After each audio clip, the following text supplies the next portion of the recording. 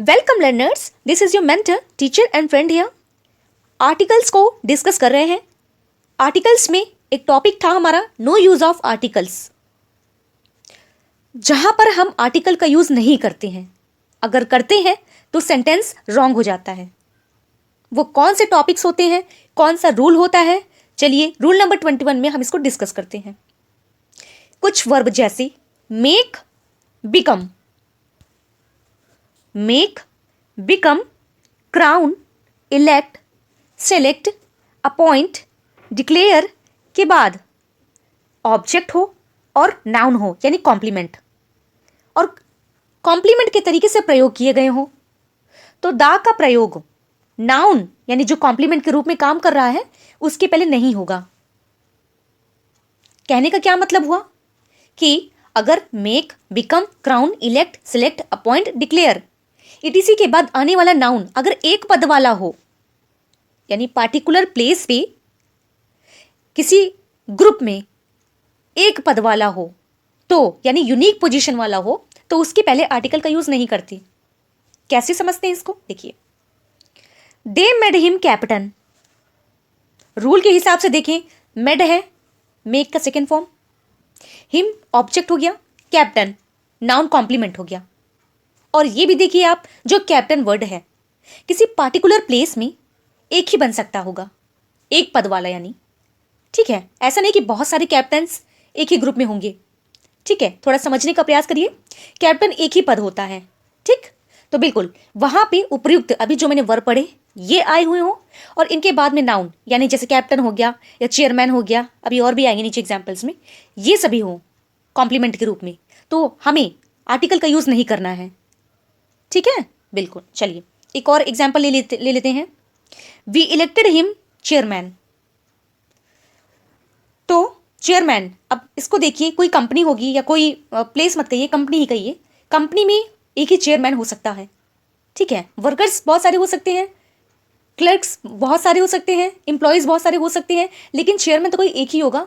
कहने का मतलब एक ही पद है ना, एक कंपनी में एक ही पद हो सकता है चेयरमैन का, तो वही बात कही जा रही है। बिल्कुल, तो वर्ब को आपको याद रखना है, इंपॉर्टेंट है, और देख लेना है कहाँ पे, किस जगह पे वो एक पद हो सकता है या ढेर सारे पद हो सकते हैं, ठीक है। इस चीज का हमें अपने सेंस से यूज करना है, वो चीज आप याद रखिएगा। अब देखिए, हम एक नोट पढ़ने जा रहे हैं, इसमें ये चीज एकदम क्लियर बताई गई है। लेकिन बिकम,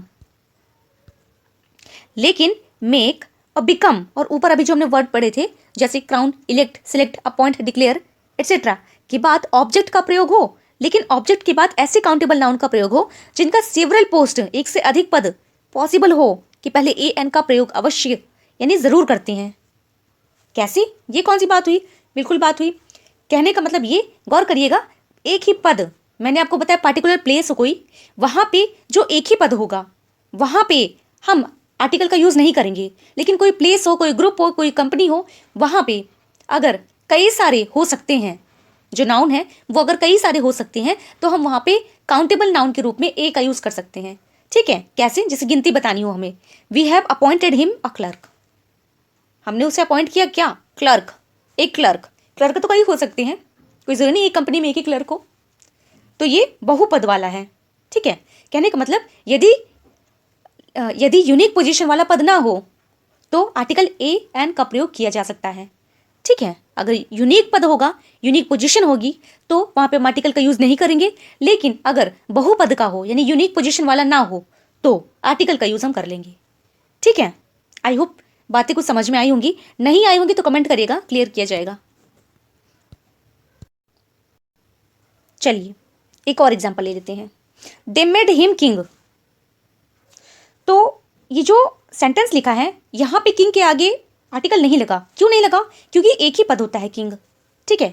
कोई फॉरेस्ट मान लीजिए या कोई किंगडम, कोई कुछ भी कंट्री, कुछ भी मान लीजिए, तो वहां पे जो किंग होता है वो एक ही होता होगा, कई राजा नहीं होते, ठीक है। तो ये थोड़ा हमें अपने विवेक के अनुसार भी काम करना है कि कौन सी जगह, कौन सा पद बहुपद हो सकता है या एक ही हो सकता है, ठीक है। बिल्कुल, चलिए नेक्स्ट, रूल नंबर 22। जब school, college, church, bed, table, hospital, market, prison, jail, court, temple, mosque, university का प्रयोग प्राइमरी पर्पस, मूल उद्देश्य का बोध कराने के लिए होता है, तो इनके पहले आर्टिकल का यूज नहीं करते। कहने का मतलब, जब स्कूल हो, कॉलेज हो, चर्च हो, बेड हो, टेबल हो, हॉस्पिटल हो, मार्केट हो, प्रिजन हो, जेल हो, कोर्ट हो, टेम्पल हो, मॉस्क हो, यूनिवर्सिटी हो, इनका प्रयोग प्राइमरी पर्पस मतलब कि जिसके लिए बनाए गए हैं। यदि कोई स्कूल जा रहा है तो पढ़ने जाएगा और किसी अन्य काम से नहीं जाएगा। अगर अन्य काम से जाएगा तो वहां पे प्राइमरी उद्देश्य नहीं माना जाएगा। ठीक है, बिल्कुल। कोई कॉलेज जाएगा तो वो भी पढ़ने जाएगा, चर्च जाएगा तो वहां पूजा ही करने जाएगा, बेड है तो ठीक है बेड का यूज करेगा, टेबल है, हॉस्पिटल है तो कोई पेशेंट ही जाएगा, डॉक्टर जाएगा, है ना, बिल्कुल। तो इसको कहेंगे प्राइमरी पर्पस, बिल्कुल। तो अगर कोई प्राइमरी पर्पस के लिए नहीं जा रहा है, किसी और काम से जा रहा है, जैसे कोई टेम्पल जा रहा है तो पूजा करने नहीं जा रहा, अपने दोस्त से मिलने जा रहा है, तो दोस्त से मिलने जा रहा है तो ये होगा उसका सेकेंडरी पर्पस। ठीक है, तो उस स्थिति में हमको दा का यूज नहीं करना होता। नहीं, सॉरी, माफ कीजिएगा, रूल मैंने उल्टा बोल दिया। जब सेकेंडरी पर्पस के लिए जाएगा तब वहां पे हम इन वर्ड्स के सामने आर्टिकल दा का यूज करेंगे। ठीक है, जरूरत के मुताबिक ए एन या दा का। ठीक, बिल्कुल। अब देखिए, जैसे लिखा है, एक इंडेक्स बना है आपके सामने, देखिए, in to, at, in to, out of, bed, ये इनके साथ में यूज किए जाते हैं। ठीक है, और ये मूल उद्देश्य वही जो चीज़ मैंने आपको बता दी, बेड का यूज करेंगे भाई, वही सोने आराम करने के लिए, स्लीपिंग रेस्टिंग के लिए। ठीक है, to, at, in to, from, किसके लिए, चर्च के लिए करेंगे, टेम्पल के लिए करेंगे, मॉस्क के लिए करेंगे, पुजारी के रूप में प्रार्थना के लिए, है ना, जैसे for religious purpose, as worshippers, to pray. बिल्कुल, प्रे की स्पेलिंग याद रखिएगा, ए होता है। ठीक है, ई होगा तो दूसरा प्रे हो जाएगा, हंट करने वाला। To, into, from, out of, कहाँ से, कोर्ट के लिए, प्रिजन के लिए, जेल के लिए। और as litigants, as accused, as prisoners, as witnesses. ठीक है, तो प्रिजन और कोर्ट में, जेल में तो यही लोग आते जाते हैं। ठीक है, तो इनके लिए ये प्राइमरी उद्देश्य हुआ। ठीक है, to, in to, out of, hospital के लिए यूज किए जा सकते हैं सेंटेंस के अकॉर्डिंग। ठीक है, ये याद रखिएगा। फॉर ट्रीटमेंट के लिए, एज पेशेंट्स के लिए, भाई कौन जाएगा हॉस्पिटल में, यही तो जाएंगे, बिल्कुल। तो टू है, एट है, from, leave, start, inter, use किए जाते हैं किसके लिए, स्कूल के लिए, कॉलेज के लिए, यूनिवर्सिटी के लिए। क्यों जाया जाता है, टू स्टडी, एज स्टूडेंट्स जाते हैं, स्टडी के लिए जाते हैं। ठीक है, बिल्कुल। अब सेंटेंस में देखिए इसको, his brother is still in hospital. ठीक है, तो बिल्कुल ठीक है, उसका भाई अभी तक हॉस्पिटल में है। ठीक है, तो हॉस्पिटल के पहले यहाँ पे दा का यूज नहीं करेंगे, बिल्कुल। वैसे इस सेंटेंस में क्लियर नहीं पता चल रहा कि जैसे डॉक्टर का तो नहीं पता चल रहा। ठीक है, हो सकता है उसका भाई पेशेंट है। ठीक है, तो पेशेंट है अगर उसका भाई, तो हॉस्पिटल में है, इसको हम यहाँ से ऐसे कैरी कर सकते हैं सेंटेंस को, तो बिल्कुल करेक्ट है। दा का यूज करना जरूरी नहीं है यहाँ पे, बिल्कुल। She stays in bed, she stays in bed till 8 every morning. जी, तो वो यूजुअली बात बता रही है यहाँ पे बेड के आगे, इसलिए हमें आर्टिकल की जरूरत नहीं है लगाने की। ठीक है, I learn English at school, मैं स्कूल में इंग्लिश सीखता हूँ। ठीक है, तो एट दा की जरूरत नहीं है। ठीक है, क्योंकि प्राइमरी उद्देश्य के लिए यूज किया जा रहा है। तो ये जो नीचे सेंटेंसेस ये रॉन्ग है, पॉज करके आप और भी देख सकते हैं, बहुत ईजी है। प्राइमरी लेवल के लिए, यानी प्राइमरी पर्पस के लिए, अगर इन वर्ड्स का, जिनको भी मैंने आपके सामने रिपीट किया, जैसे bed, church, temple, mosque, court, prison या jail, hospital, school, college, university etcetera, ये सारी चीज़ें जो हैं, टेबल, तो अगर इनका प्राइमरी उद्देश्य के लिए यूज़ हो रहा है तो दा का यूज़ नहीं करना है, सेकेंडरी करना है तो कर सकते हैं, बिल्कुल। अब देखिए आगे वही रूल, ऊपर दिए गए शब्दों का प्रयोग निश्चित स्थान, मकान व दूसरे उद्देश्यों के लिए हो तो दा का यूज़ कर सकते हैं, बिल्कुल। जैसे I went to the hospital to see my friend. देखिए, मेरा हॉस्पिटल से ताल्लुक नहीं है, लेकिन मतलब जो सेंटेंस है कह रहा है कि मैं अपने दोस्त को देखने के लिए हॉस्पिटल गया। ठीक है, बिल्कुल। तो ये प्राइमरी पर्पस नहीं हुआ उसका, सेकेंडरी हुआ। ठीक है, बिल्कुल। तो यहाँ पे हमें दा का यूज़ करना ही करना है। The bed is broken, the bed is broken. ठीक है, यहाँ पे पर्टिकुलर बेड की बात की जा रही है। ठीक है, तो यहाँ पे हम बेड का सामने दा का यूज़ कर सकते हैं। ठीक है, she met me at the temple, वो मुझसे टेम्पल में मिली। तो टेम्पल में तो पूजा की बात करनी चाहिए, लेकिन पूजा की तो बात है नहीं, यहाँ पे मिलने की बात है, तो इसलिए टेम्पल के सामने दा का यूज़ किया गया है, बिल्कुल करेक्ट है। ओके, चलिए अब इस पर देखिए चीज़ें क्या आई हैं कि इन पे ध्यान देना है हमको। क्या है कि फॉर प्राइमरी पर्पस, वही चीज़ें बिल्कुल जो मैं बता रही हूँ, वही चीज़ें आपके सामने बार बार आ रही हैं। He goes to school at 10 o'clock every day, तो यहाँ पे दा का यूज़ नहीं है, बिल्कुल करेक्ट है।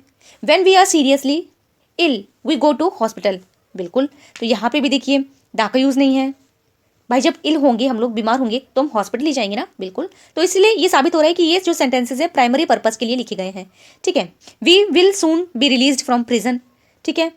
तो यहाँ पे भी प्रिजन का वही सेंस है, प्रिजन से छूटने की बात हो रही है किसी कैदी की, तो बिल्कुल करेक्ट है। We go to church to worship here, तो ठीक है, यहाँ पे भी करेक्ट है बिल्कुल। तो इसको आप पॉज करके ना सारी चीज़ें पढ़ सकते हैं, तब तक हम लोग आगे चलते हैं। देखिए अब आगे यहाँ पे कि फॉर अदर पर्पस, जो मैं सेकेंडरी पर्पस कहती थी इतनी देर से, ठीक है, बिल्कुल।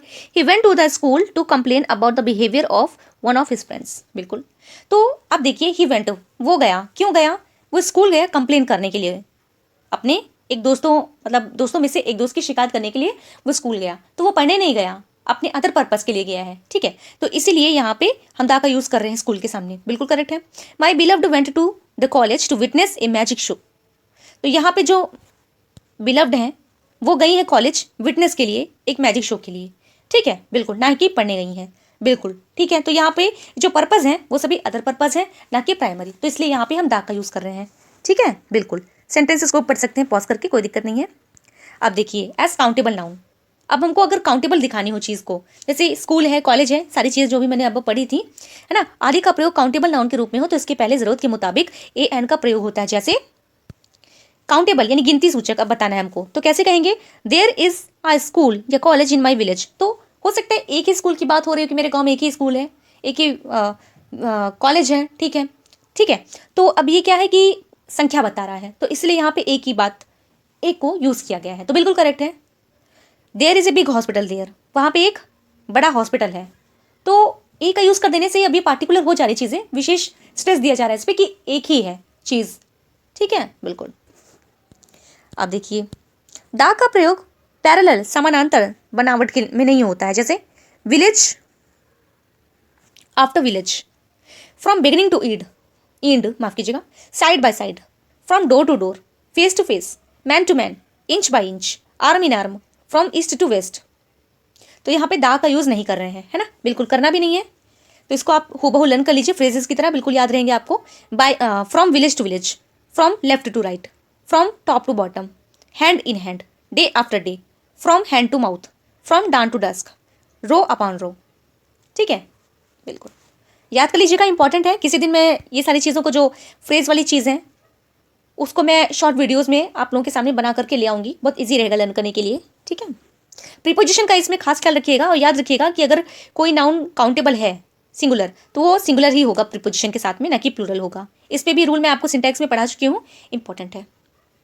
रूल नंबर 24, दा का प्रयोग समाचार पत्रों के हेडलाइंस, टेलीग्राम्स, सूचनाओं, लिस्ट तथा आउटलाइन में नहीं किया जाता है, बिल्कुल नहीं किया जाता, बिल्कुल। जैसे 5 men डाइड इन एक्सीडेंट, तो यहाँ पे दा का यूज नहीं कर रहे हैं, ठीक। जो खबर है एज इट इज खबर को पेश कर दिया गया। स्कूल रीओपन्स ऑन 5 अगस्त, तो यहाँ पे एज इट इज खबर को यूज कर दिया गया, ना कि द स्कूल लिखा गया, ठीक है। फादर सीरियस कम सून, तो अब यहाँ पे दा का यूज़ नहीं किया गया है, ठीक है। तो इसी तरीके से हमें ये सारी चीज़ों को याद रखना है कि कहाँ कहाँ पे हम दा वगैरह का यूज़ करते हैं, क्योंकि जो फॉर्मल लैंग्वेज होती है ना वो हम ग्रामर में ही देखते हैं। इनफॉर्मल जो स्पीकिंग होती है, जो स्पीकिंग की जाती है उस इनका प्रयोग करके न्यूज़पेपर वगैरह में बातें प्रिंट की जाती है। कहने का मतलब जो न्यूज़पेपर वगैरह में बातें कही गई होती हैं, ये छपी होती हैं, वो सभी फॉर्मल भी हो सकती हैं, इनफॉर्मल भी हो सकती हैं, ठीक है। और हम जो स्टूडेंट्स पढ़ते हैं, जो ग्रामर में सीखते हैं, वो क्या सीखते हैं? फॉर्मल, यानी रूल बाय रूल। तो इस चीज़ का ध्यान रखना है। तो हेडलाइंस में अगर हम ऐसी चीज़ें नहीं लिखते हैं तो वो करेक्ट होती हैं, बिल्कुल करेक्ट। उस पर क्वेश्चन उठाना कुछ बड़ी बात नहीं है। चलिए नीचे के टेबल्स में, रूल नंबर 24, नीचे के टेबल्स में दिए गए preposition plus word plus preposition phrasal expression का प्रयोग दा के बिना होता है। दा का प्रयोग करने पर गलत हो जाता है। देखिए, चाहे आइए देखते हैं कौन सी चीज़ें हैं भाई जिनमें दा का यूज़ नहीं करना है। जैसे एट वार, अब देखिए ये कुछ फ्रेजेस हैं, इंपॉर्टेंट है, इसको मैं अलग से शॉर्ट वीडियोस में लाऊंगी। मैं पहले भी बोल चुकी हूँ, जो इंडेक्स वाली चीज़ें होती हैं, जो हमको सरसरी निगाह से बस खाली एक ग्लिम्स में याद करना होता है, एक नज़र में, उसके लिए मैं अलग एक वीडियो प्रोवाइड करूंगी। तो अभी तो हम अपनी ड्यूटी कंप्लीट कर रहे हैं, हमको आर्टिकल का चैप्टर फिनिश करना है, फिर प्रैक्टिस सेट करनी है, ठीक है। तो ऐसे करते करते हम कई सारी बुक्स को फिनिश कर लेंगे, जिससे कि कहीं से भी अगर एग्जाम में कोई भी क्वेश्चन फंसता है तो ऐसा ना हो कि हमने ये नहीं पढ़ा है, ये कहाँ से पूछा गया, ऐसी कोई दिक्कतें हमको ना फील हो, ठीक है। कोई एक्सक्यूज ना रहे हमारे पास, हमें सेटिस्फाई रहे अपने आप में हम सेटिस्फाई रहे कि हमने इतना किया, लेकिन इसमें से चीज़ें हमको मिली हैं, नहीं मिली हैं, वो अलग चीज़ें हैं। चलिए एट नून होता है, एट द नून नहीं होता, एट अनून भी नहीं होता, याद रखना है। एट लेजर होता है, एट द लेजर नहीं होता, एट अ लेजर नहीं होता। एट इंटरेस्ट होता है, एट द इंटरेस्ट नहीं होता, एट इन एन इंटरेस्ट नहीं होता। एट फर्स्ट होता है, at the first, at a first नहीं होता। अब देखिए इसमें एरर आ जाएगी तो बंदा कहाँ ढूंढेगा अगर उसको फ्रेज नहीं पता है तो, ठीक है, बिल्कुल। एट लास्ट होता है, एट द लास्ट नहीं होता, एट अ लास्ट नहीं होता। एट साइट होता है, एट द साइट नहीं होता, एट अ साइट नहीं होता। एट लीस्ट होता है, at the least, at a least नहीं होता। एट प्ले होता है, एट वर्क होता है, एट पीस होता है, एट फॉल्ट होता है। इनके साथ में द एन का यूज़, ए एन का यूज़ नहीं होता। एट हैंड होता है, एट रिस्क होता है। बहुत बारीक वाली चीज़ें हैं सारी, तो हमें रूल को जानना बहुत ज़रूरी है।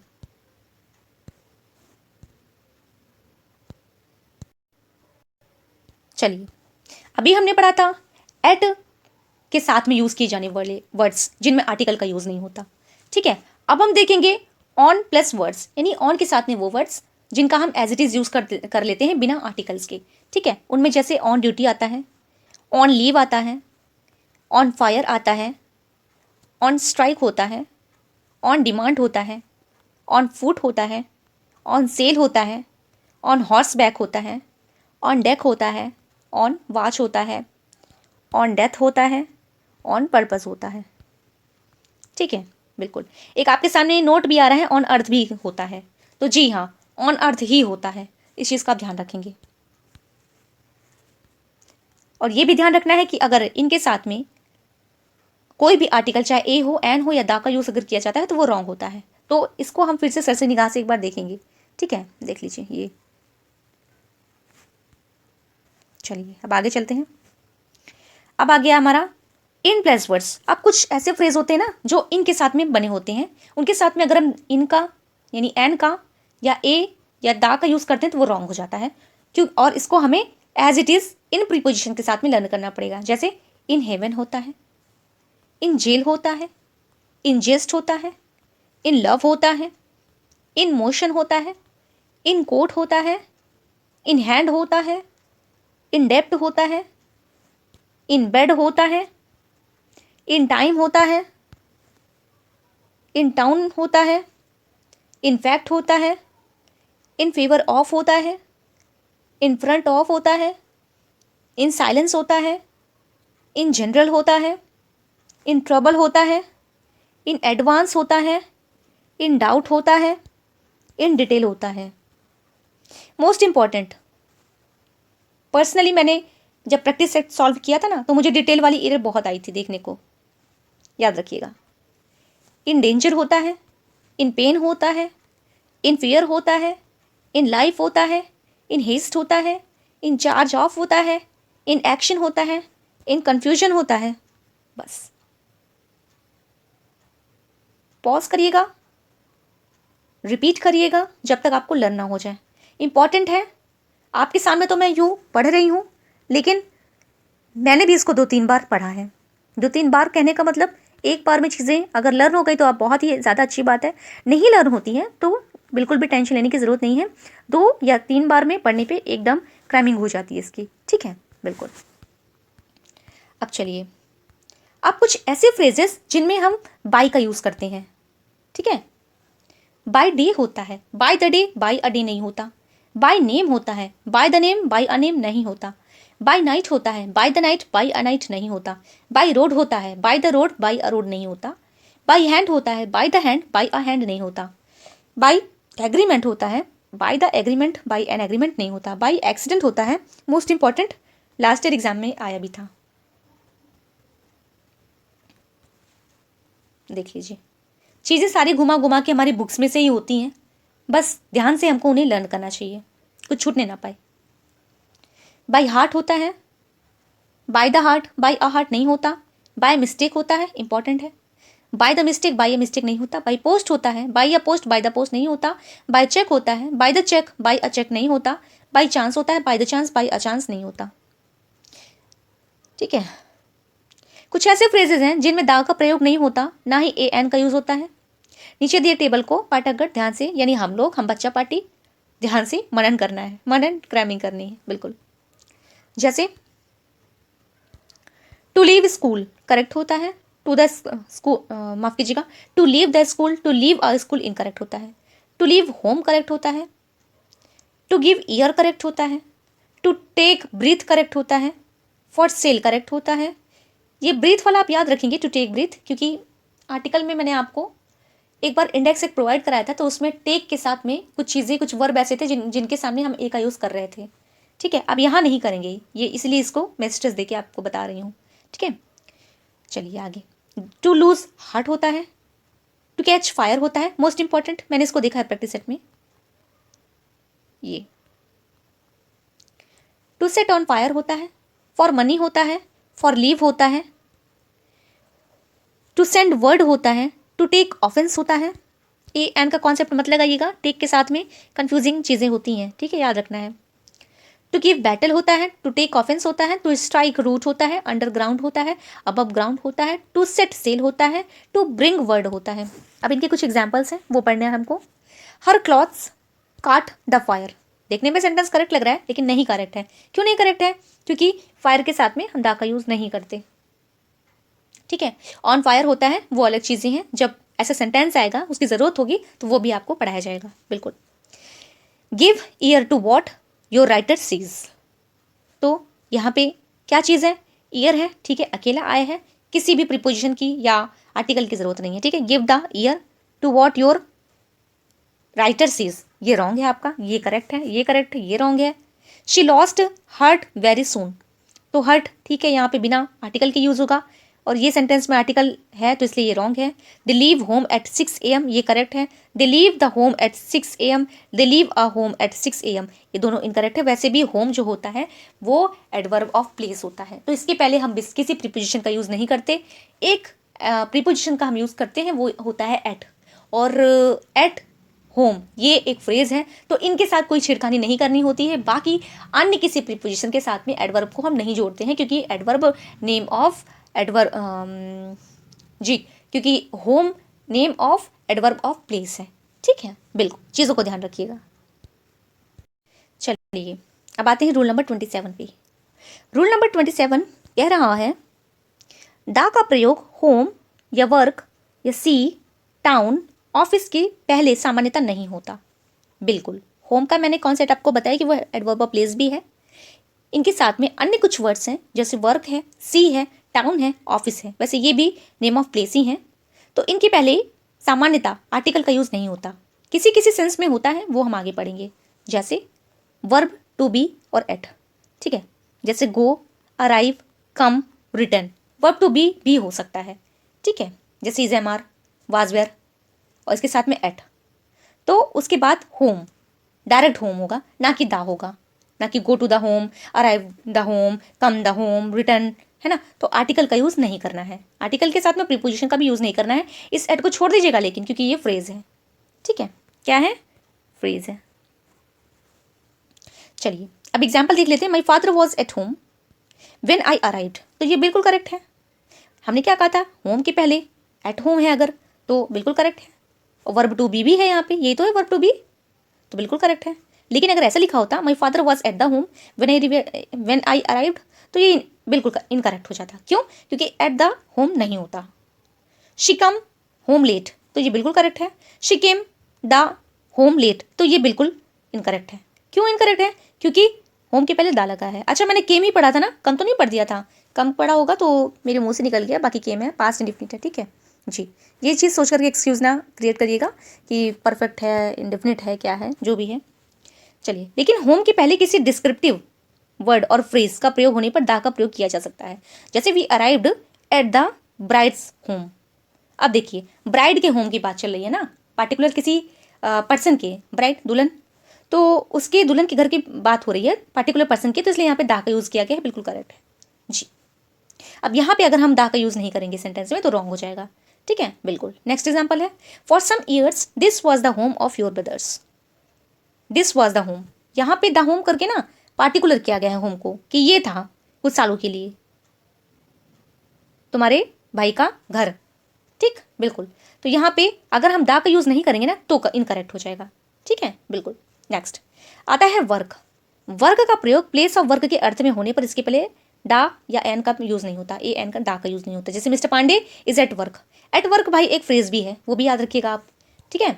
तो जब इसका यूज़ ना हम जब करते हैं किसी प्लेस ऑफ वर्क, काम करने वाली जगह का, तो यहाँ पे एट वर्क का यूज़ करेंगे, ना कि एट द वर्क। छोटी छोटी एरर्स हैं, माइन्यूट मिस्टेक्स हैं, तो ये चीज़ें याद रखना है। एक क्वेश्चन रॉन्ग होगा, 4 नंबर कटेगा, हम लाखों बच्चों से नीचे आकर गिरेंगे, ठीक। तो चीज़ों को ध्यान रखना है। एग्जाम्पल लीजिए, mister Pandey is at work correct है, एट द वर्क इनकरेक्ट होता है, एट अ वर्क इनकरेक्ट होता। Next, mister Thakur is on his way to work, एकदम करेक्ट है, क्योंकि वर्क की बात की जा रही है, काम करने वाले वर्क की, और हिज वे की बात हो रही है, तो बिल्कुल करेक्ट है ये। डा वर्क करेंगे तो रॉन्ग हो जाएगा, या टू अ वर्क करेंगे तो इनकरेक्ट हो जाएगा, ठीक है। Mister Thakur is on his way to the work, देखिए देखने में लगी नहीं रहा इरर है ना, बिल्कुल देखने में इरर नहीं पता चल रहा, लेकिन यही सारी चीज़ें हमारे इस कॉन्सेप्ट को मजबूत बनाती हैं, बिल्कुल। देखिए मैं तो एग्जाम्पल्स को कुछ कहीं कहीं पे छोड़ भी देती हूँ, इसलिए क्योंकि वीडियो लंबा हो जाएगा, लेकिन आपको छोड़ना नहीं है। छोड़ने से क्या होता है ना, पता नहीं कहाँ से कौन सा क्वेश्चन टकरा जाए जिसको हम आज पढ़ रहे हैं, क्या पता सरस्वती माता वही क्वेश्चन को एज इट इज़ एग्जाम में रख दें, ठीक। तो इसलिए कोई भी क्वेश्चन को आप स्किप नहीं करेंगे, कोई भी अपना ये वीडियो में जो भी चीज़ें हैं, क्या कहते हैं, जो सेंटेंसेस है, इसको पॉज करके ज़रूर पढ़िए ध्यान से, ठीक है। और अगर पॉज करके नहीं पढ़ना है तो नो डाउट कोई दिक्कत नहीं है, आपकी अपनी खुद की बुक है, उसको लीजिए, आप मेरा वीडियो चलाते रहिए, साथ साथ खुद भी पढ़ते जाइए, ठीक है। कोई डाउट फील होता है मुझे बिल्कुल कमेंट करिएगा। चलिए, एट वर्क का मतलब होता है ना वर्किंग, बिल्कुल वही चीज़ है, तथा हार्ड एट वर्क का मतलब होता है वर्किंग हार्ड, जी बिल्कुल ठीक है, वो तो आप जान ही रहे होंगे। नेक्स्ट, अब देखिए सी का यूज़।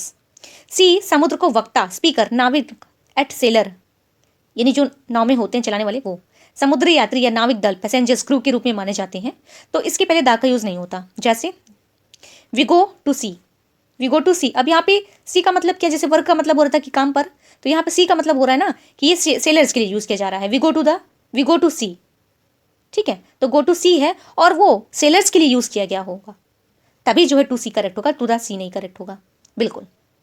अब देखिए प्रीपोजिशन को याद रख लीजिएगा कि टू सी लगाना है तो वो सेलर्स के लिए होगा, या एट सी लगाना है तो वो क्रू के लिए, पैसेंजर्स के लिए होगा, ठीक है। जैसे दे आर एट सी, अब मान लीजिए दे आर एट सी का मतलब ये कि ये पैसेंजर्स के लिए यूज़ किया गया है, ठीक है। तो यहाँ पे टू सी मत लगाइएगा चीज़ों को। प्रीपोजिशन बहुत अच्छी चीज़ है, अच्छी चीज़ मतलब कि बढ़िया चीज़ है, अच्छा लेवल है इनको लर्न करने का, ठीक है। थोड़ी नहीं है, बहुत सारी चीज़ें हैं, तो पार्टिकुलर वर्ड के साथ में ही अटैच होकर चलता है, ये आप जान ही रहे हैं। चलिए, लेकिन सी का प्रयोग माफ़ कीजिएगा, लेकिन सी का प्रयोग समुद्र तट, सी साइड, शोर के अर्थ में प्रयोग होने पर इनके पहले दा का प्रयोग होता है, जैसे गो टू द सी। अच्छा, अगर गो टू द सी लिखा है ना, तो गो टू द सी, अब इसको ना आप सेलर वाले से कोरिलेट मत करिएगा इसको, ठीक है। यहाँ पे ये सेलर्स के लिए यूज़ हो रहा था, अब यहाँ पे पैसेंजर के लिए यूज़ हुआ है। यहाँ पे अगर to go to the sea अगर यूज़ हुआ है, तो यहाँ पे go to the sea, go to the seaside, side भी है यहाँ पे, ठीक है। तो साइड का मतलब ये कि समुद्र की तरफ, ठीक है जी। To be at the sea, इसका मतलब ये कि to be at the seaside, ये चीज़ों को हमें ध्यान रखना है कि कहाँ पे हमें आर्टिकल का यूज़ करना है, कहाँ पे नहीं, और सेंस लगा लेना है, ठीक है। गो टू सी है तो मतलब ये सेलर्स के लिए यूज़ किया गया है, एट सी है तो इसका मतलब ये पैसेंजर और क्रू के लिए यूज़ किया गया है, ठीक है। टू गो टू द सी है तो इसका मतलब ये सी साइड के लिए यूज़ किया गया है, ना कि सी के लिए, ठीक है, बिल्कुल। तो सी साइड का यूज़ ये ध्यान रखिएगा आप। अब देखिए एग्जाम्पल है, जैसे the people of Mumbai live near the sea, ठीक है। अच्छा, यहाँ पे अब ये जो सेंटेंस मैंने पढ़ा, the people of Mumbai live near the sea, यहाँ पे तो भाई सी के पहले, ये तो पढ़ा, मैंने आपको स्टार्टिंग में ही बताया रहा होगा कि सी के पहले, ओशन के नेम के आगे, या कैनल के पहले, और स्टेट के पहले, जिसको जलडमरू मध्य वगैरह कहते हैं, तो ये सारी चीज़ों के पहले हम आर्टिकल का यूज़ करते हैं, ठीक है। यहाँ वो कॉन्सेप्ट नहीं है जो अभी ऊपर पढ़ा, ऊपर जो पढ़ा गया वो अलग चीज़ थी ठीक है, बिल्कुल। तो यहाँ पे द सी अगर है तो वो ठीक है, अच्छा यूज़ हुआ है। We can also live by the sea, तो ये भी करेक्ट है। चलिए नेक्स्ट, टाउन। जब स्पीकर टाउन शब्द का प्रयोग अपने टाउन के लिए करते हैं तो इस केस में टाउन के पहले द का यूज़ नहीं करेंगे। जैसे we go to town to buy vegetables, अपने टाउन के लिए अगर बात की जा रही है, मतलब टाउन के जनरली सेंस में टाउन का यूज़ किया जा रहा है, तो वहाँ पे द का यूज़ नहीं किया जाएगा। I was in town last Sunday, ठीक है, बिल्कुल करेक्ट है, लेकिन यहाँ पे दा लगेगा तो वो रॉन्ग हो जाएगा। चलिए नेक्स्ट, ऑफिस। ऑफिस का प्रयोग प्लेस ऑफ वर्क के रूप में सामान्यतः होता है, और इस अर्थ के लिए इसके पहले दा का प्रयोग किया जाता है। Mister Pathak is in the office, अच्छा यहाँ पे इस चीज़ का आप ख्याल रखिएगा, जो इन द ऑफिस होता है ना, ये द, एक minute, the in the office,